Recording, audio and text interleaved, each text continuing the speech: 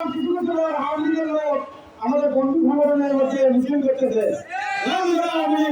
আমি তাদেরকে মামলা দিইনি, তার মানে এই নয় আমরা তোমাদের ক্ষমা করছি। আমরা আগে নির্বাচন চাই না, আমরা এই 24শে জুলাই থেকে 5ই আগস্টের হত্যাকাণ্ডের বিচার চাই। আমরা চাই শেখ হাসিনা দিল্লিতে গেছে। মৌলানা দেওয়ান সাইদি বলছিল যে গাছের গোড়া দিয়ে 12 কোটি করে একটু নাড়া দিলে দিল্লি মামলা বিচার করবে। আমরা 12 কোটি মানুষ আমার আন্দোলন সংগ্রাম করবো, পালাবার জায়গা হবে না, এনজিও ঘটতেও যাবে না। 5ই আগস্ট 1:30 বাংলাদেশ থেকে সে পালা চলে গেছে। বলেন ঠিক না? বিরিয়ানি বলছিল মুরগির রোগ খাওয়ার সময় দেয় না, অথচ শেখ হাসিনা বলছিল এই আওয়ামী লীগ শেখ হাসিনা পালায় না, বাংলার বাড়ি আইন এখন বাংলাদেশে খেয়ে দিব। কারা পড়িয়া থাকে? বাংলাদেশ জনগণ পালায় নাই, জেল কাটছে, নিজের জীবন দিতে শহীদের রক্তে বন্দিতে বাংলাদেশ। আমরা শহীদের রক্তের বিচার চাই। আপনারা কি বলেন? বাংলার মধ্যে শেখ হাসিনাকে দিয়ে ওই সামনে তারপরে ফায়ারিং স্কোয়াডের মাধ্যমে তার মৃত্যুদণ্ডটা চলে যায়। কারা কারা যা হাত তুলে দেখান।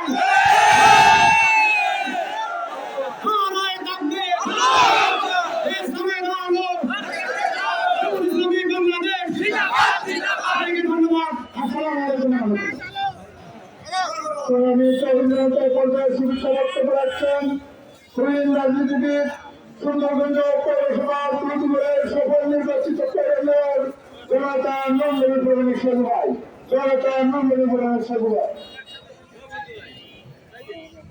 আসসালামু আলাইকুম রহমতুল্লাহ। সংগ্রামী জনতা, আজকে আমরা আবেগের সঙ্গে আমরা মিছিল করেছি।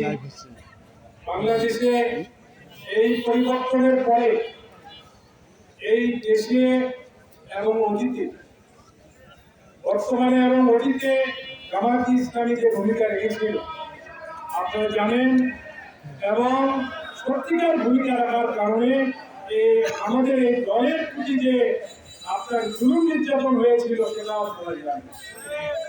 আমরা 47 সালে পাকিস্তান পেয়েছিলাম। সেই 47 সালে পাকিস্তানিরা তার স্বাধীনতাকে ব্যাহত করে, বৈষম্য করে, তারা যেভাবে আমাদের উপর জুলুম করেছিল, যারা যেভাবে আমাদের উপর বৈষম্য করেছিল, কালক্রমে সেই স্বাধীনতা ভুলণ্ঠিত হয়ে যায়। 71-এ আমরা স্বাধীনতা পেয়েছিলাম। সেগুলো বলা হয়েছিল, জামায়াতে ইসলামী বলেছিল যে এই আওয়ামী লীগের হাতে এদের স্বাধীনতাটা নিশ্চিত হবে না, তারা দেশকে ভারতের কাছে বিক্রি করে দিবে। এই দেশকে তারা ভারতের কাছে বিক্রি করে দেওয়ার সমর্থ পায়তারা করেছিল। আমাদের রক্তের বিনিময়ে, আমাদের এই দেশের তৌহিদ জনতার রক্তের বিনিময়ে, ছাত্র জনতার রক্তের বিনিময়ে আমরা স্বাধীনতা 24-এ স্বাধীনতা এনেছি।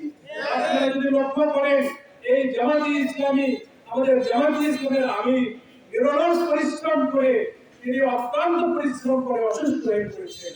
এই দেশকে মুক্তির লক্ষ্যে নিয়ে যাওয়ার জন্য তিনি অত্যন্ত পরিশ্রম করেছেন। আমরা চাই এই দেশ একটা সঠিক পথে চলুক, একটা স্বাধীনতার সনদ, 24-এর সনদ একটা তৈরি হোক।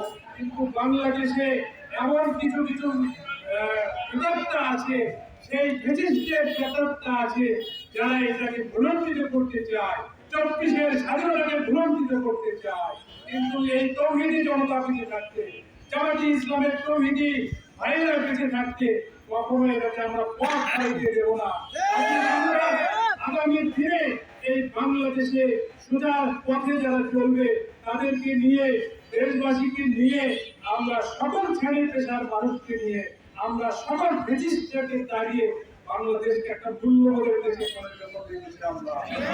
আমি আজকের দিনে আমি সকল ভাইদেরকে, বিশেষ করে প্রশাসনের ভাইদেরকে আমি অনুরোধ করবো, আমরা বহুভাবে চেষ্টা করেছি, প্রশাসনের ভাইয়েরা কেন তারা সাহস পাচ্ছে না, তারা একটু সাহসের সঙ্গে এগিয়ে আসুক। জামায়াতে ইসলামী আপনাদের সঙ্গে আছে।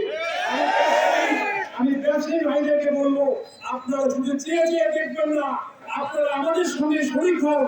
আপনারা যদি শরীক হন, চাঁদাবাজদের বিরুদ্ধে যদি আপনারা ঐক্য বর্তমানে যারা দেশকে ভিন্ন হাতে নিতে চায় তারা পালিয়ে যেতে ব্যর্থ হবে, তারা দেশ একটা সত্যিকার অর্থে প্রতিষ্ঠিত হবে। আমি সিভিল প্রশাসন এবং পুলিশ প্রশাসন এবং সকল পেশাজীবী সংগঠনকে অনুরোধ করবো, আসুন আমরা দৃঢ় ঐক্য হিসাব প্রাচীরের মতো ঐক্য করে আগামীর বাংলাদেশ একটা নতুন বাংলাদেশে পরিণত করি। সকলকে ধন্যবাদ। আসসালামু আলাইকুম।